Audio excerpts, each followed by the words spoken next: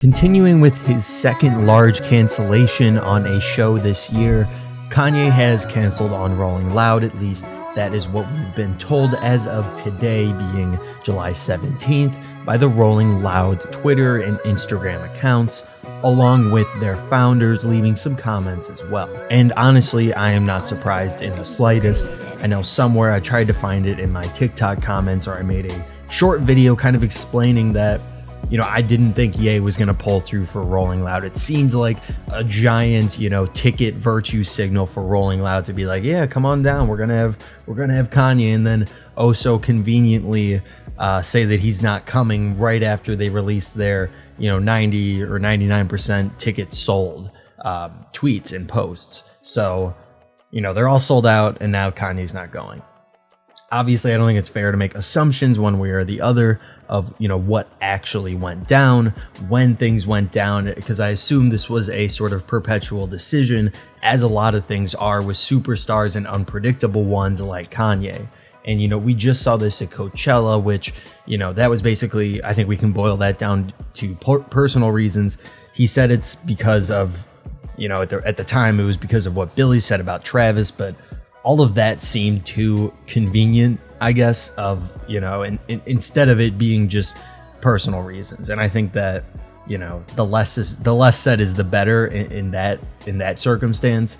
But we all know Kanye was kind of ravenous on social media at that point, at least. But now we're here with Rolling Loud, and, I kind of figured this would happen. The other week, somebody posted on Instagram saying, okay, here's how much your favorite superstars, celebs charge for an appearance, and someone said Kanye charged $1 million, and then apparently Kanye DM'd the person and said, no, you got to change that, it's actually $8 million. And is that a flat rate?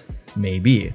Kanye won't be at certain festivals, like I'm pretty sure he won't be at Lollapalooza again, because he just charges too much, and it is not worth for them to take that amount out of their budget and secure it for someone who might pull something like this off, which, for Kanye, this is the second time in less than half a year that he's pulled out of Coachella, the biggest music festival in the nation, and now Rolling Loud, which is, the biggest hip hop festival in the nation, respectively. And, looking at the rest of the lineup they have, Kendrick is there. There's a bunch of other people, Future. And, we'll talk more about Kanye's replacement in a bit, but so he canceled. I'm not too surprised, but I think there's some pretty clear reasons why that I think looking back into Kanye's history, you can sort of pick apart a bit and see, what particular reasons might have gone into him leaving Rolling Loud and not participating. So looking at the 2016 St. Pablo tour, he did cancel that after a mix of family emergencies and ongoing controversies in his public image.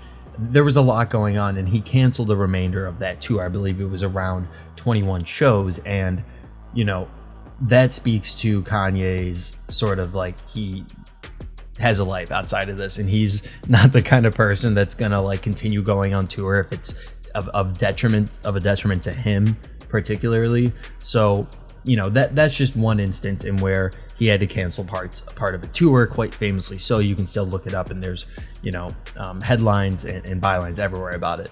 Next one, I think a lot of people forget about this one, is the Fame Kills tour that was supposed to go off with Kanye and Lady Gaga. And you look back at it, and this show was insane. Kanye announced it on The View that he'd be going to be doing it with Kanye, both of them together. Not one was an opening act. They kind of did it, collectively. In August of that year, in 2009, Lady Gaga said that the tour would be, quote, one of the most groundbreaking moments in touring history. And they talked about this, the stage setup, the ambiance of it all, and, seeing both of them come together creatively in that sense. I would have loved to see what it would have been, with Gaga saying that, for me, the tour is more about just bringing people together and having a big dance party, celebration of creativity, art, fashion, choreography, and, mixing that with Kanye's sort of theatrical presence on stage and how he likes to, set the blocking up with all the extras and dancers on stage, along with kind of just the presence he has there as well. It kind of contrasts Gaga's presence in terms of style, but matches it in terms of bravado and pure sort of confidence in it all. But then it fell apart. And, there's speculation everywhere as to how it fell apart. Creative differences, there's been things spread around. Gaga eventually did her own tour and Kanye took a bit of a break. But, looking back, Kanye said in, I believe it was 2016, he claimed that Gaga was the one that was responsible for calling off the tour after the MTV incident, and the MTV incident being the Taylor Swift one. And, that makes the most sense out of all of these as just like a clear-cut answer if there was one, but I don't think there was one. This was already like an ambitious sort of tour to take on, where it's like two seemingly oppository audiences and bringing them together. I love that idea and sort of the message sent from both of them of doing that and saying like, we both have something to show you, and we think that, in this creative setting, you'll get the most out of our music, especially if you're not already familiar with it. Look at the Yeezus tour as an example of that, where it's, the album is presented in just such a grandeur fashion that it's so separate from just listening to it and not having that visual aspect. But alas, the tour never happened, and that just adds to the list of things that could have been with Kanye, and something that I think adds a little bit of context to the Rolling Loud decision.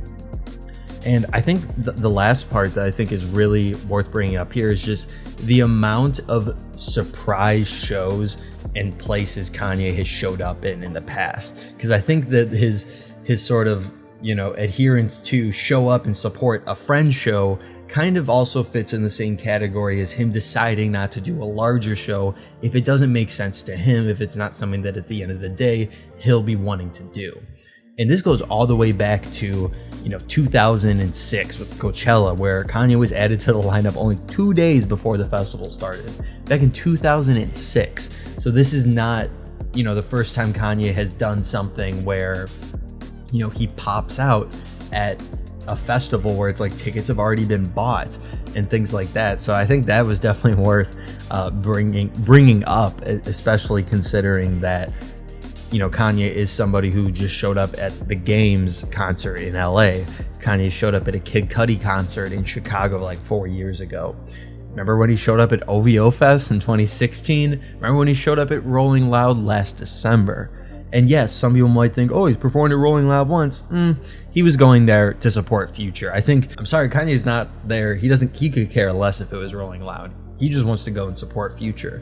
Just as he goes and supports the Game at, I think he was at the Observatory in LA or something. Not a huge venue, but he wants to go to these things and support the people that are there. He doesn't care about the organizations or conglomerates that are running it specifically. And ultimately, what all of this does is speaks to the sort of dominance someone like a Kanye has over a festival. I say a Kanye because he fits in that upper echelon of artists that can quite literally take over a festival and also mess it up at the same time.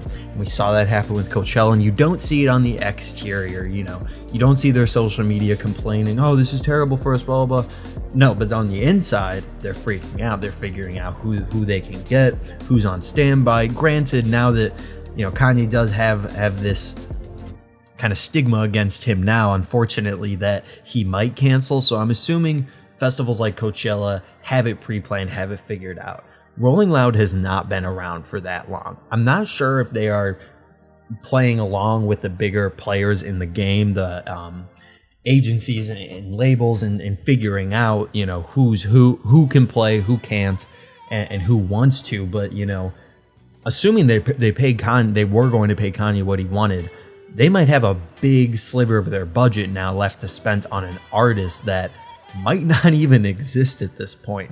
And that brings me to replacing him with Kid Cudi, which is just kind of hilarious considering where the two of them are at right now, and they're kind of bickering. Started by Kanye, obviously. And to see him sort of take Kanye's place as the headliner of this festival is kind of tragic in a Shakespearean way, where it's like, these two used to be best friends. What happened? Now one's replacing the other, and some people think it's gonna be a switcheroo. Oh, Kanye will come out.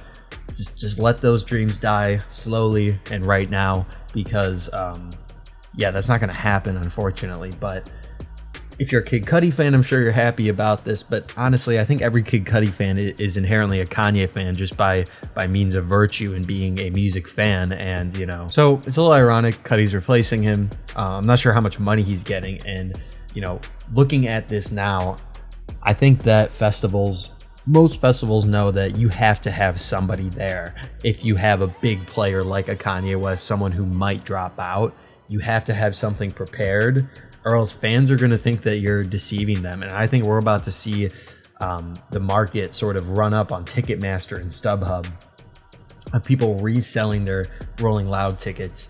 And I'm curious if you guys think it's going to go below retail or anything like that, because it's kind of hard to say at this point. But, let me know what you think. Like, comment, subscribe, all that fun stuff. Thank you, and have a good rest of your week.